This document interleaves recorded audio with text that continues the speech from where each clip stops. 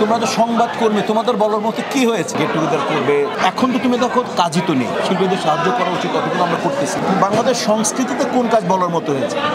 গোটা বাংলাদেশ সংস্কৃতিতে কোন কাজ বলার মতো? ক্রিকেটে কিছু বলার মতো হয়েছে? ফুটবলে কিছু বলার মতো হয়েছে? অ্যাথলেটিক্সে কিছু বলার মতো হয়েছে? তোমরা তো সংবাদ কর্মী, তোমাদের বলার মতো কি হয়েছে? তো আমরা তো, তোমরা যেন প্রোডাকশনই হচ্ছে না বিগত 15 বছর যাবত, মানে প্রোডাকশন হাউসই নেই এই দেশে। ইন্ডাস্ট্রি 15 বছর আগে প্রোডাকশন হাউস বন্ধ হয়ে গেছে। তো শিল্পী সমিতিটা হচ্ছে, শিল্পী সমিতি কখন হবে? যখন শিল্পীরা ডে নাইট কাজ করবে। যারা এটা করেছিলেন, শ্রদ্ধেয় নায়ক রাজ রাজ্জাকের প্রতিষ্ঠাতা, সভাপতি, সেক্রেটারি ছিলেন আহমেদ শরীফ, তখন যারা করেছিলেন তখন ডে নাইট কাজ হতো। 1500-1700 সিনেমা হল ছিল।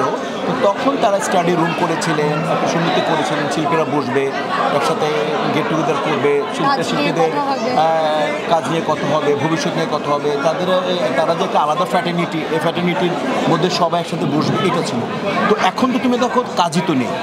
কমার্শিয়াল ছবি বিগত 5 বছর কটা হয়েছে তুমি বলো? তো কাজে হচ্ছে শিল্পী সমিতির, এখানে কি বলবো তুমি? শিল্পী সমিতি, যদি শিল্পীদের কাজ থাকে তখন সমিতি কিন্তু মনে করো ইয়ের মধ্যে থাকে, একটা প্রক্রিয়ার মধ্যে, একটা কর্মপ্রণালীর মধ্যে যাবে। কিন্তু যেহেতু প্রোডাকশনই হচ্ছে না, তো সেহেতু মনে করো শিল্পী সমিতি জাস্ট কিছু রীতি, এগুলো আমি চাচ্ছি যতটুকু আমাদের কমিটিতে যতটুকু শিল্পীদের সাহায্য করা উচিত ততটুকু আমরা করতেছি, জাস্ট এইটাই চলবে, এইটাই অভ্যাস।